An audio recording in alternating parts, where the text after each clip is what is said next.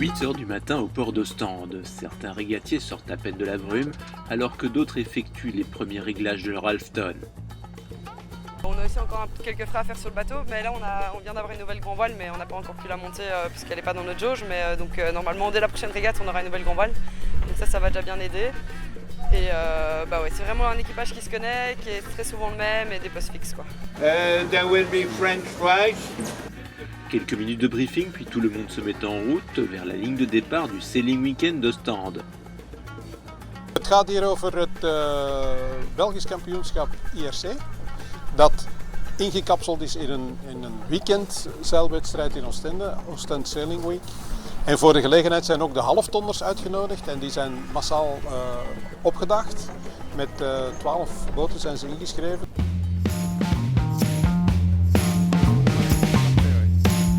Au programme, un parcours construit que chaque halfton devra réaliser 2 fois.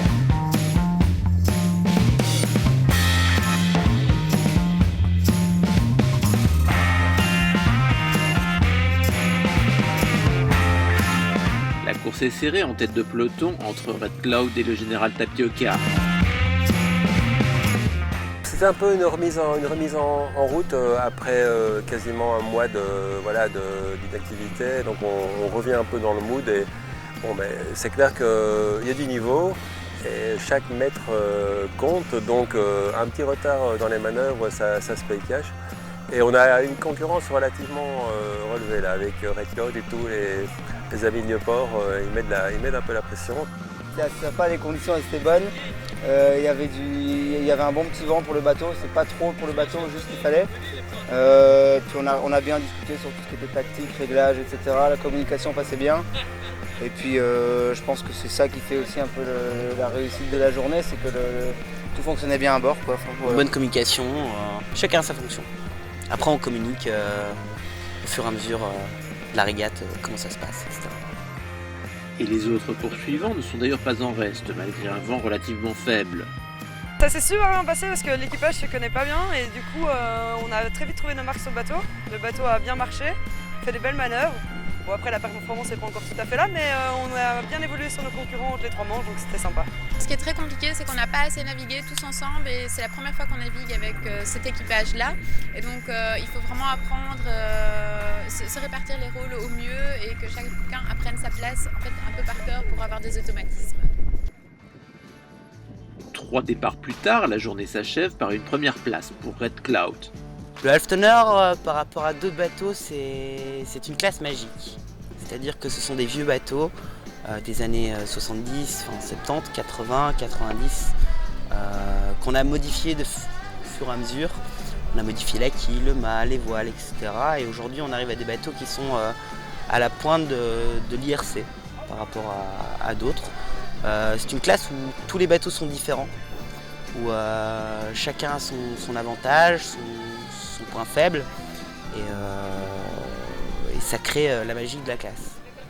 Mais pour les régatiers désormais de retour à Ostende autour d'une bière, en fait une fois la bataille terminée, la Halfson Class est avant tout une grande famille. On s'est vraiment bien plu dans cette classe parce que tout le monde est très sympa et tout le monde s'entend bien.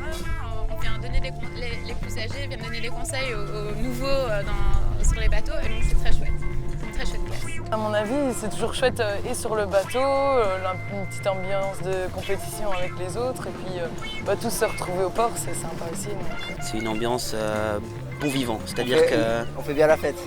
Ça, c'est vrai. C'est-à-dire qu'il y a un niveau qui est élevé sur l'eau, mais le soir on s'amuse toujours très bien ensemble. On se connaît tous personnellement, depuis déjà entre-temps quelques années grâce à Philippe qui a réuni tous ces équipages ensemble. On peut compter des Irlandais, des Finlandais, des Belges, des Français. Et c'est ce qui fait un peu la magie de la classe. C'est le côté sérieux, le côté très sérieux sur l'eau, on lâche rien, il faut se battre pour la première place. Et puis à terre comme ici, on s'est battu toute la journée et là on a un apéro de ponton. Et tout le monde boit un coup ensemble, on refait le match et c'est ça qui fait partie aussi du jeu, quoi. C'est un mélange d'esprit de compétition, d'amitié assez forte et une grande diversité aussi parce qu'on a des Anglais, des Zélandais, des Italiens, des Flamands, des Wallons, des Bruxellois et ça fait quand même une dynamique que je trouve, ça fait un cocktail qui est vraiment intéressant. Un cocktail un peu belge finalement parce qu'il y a un peu de tous les bords qui se retrouvent sur une passion commune. Après 2 jours dans une ambiance festive pour la dizaine d'équipages de la Halfton Class, les résultats sont tombés. Red Cloud en première position, suivi de General Tapioca et de A+. L'objectif de ce week-end, c'est également d'impliquer la flotte Halfton et leur présenter justement un gros événement qui aura lieu l'année prochaine à la fin du mois de juillet. C'est à Cowes, l'île de Wight, qui est quand même la mecque du yachting. Et donc à la fin de la dernière semaine du mois de juillet, il y aura le championnat d'Europe des Halftoners. Et on souhaite une équipe belge forte. Et donc la raison ici de cet événement aussi, c'est de les motiver à se regrouper, à venir avec nous en Angleterre. Voilà, bon, on ne fait pas de plan sur le Brexit, on y va, on y croit et on va essayer de faire un team belge d'une dizaine de bateaux pour aller défier un peu nos amis anglais qui sont quand même de redoutables concurrents. Les équipages se sont donné rendez-vous pour les prochaines régates de la saison et notamment pour Cowes en 2020.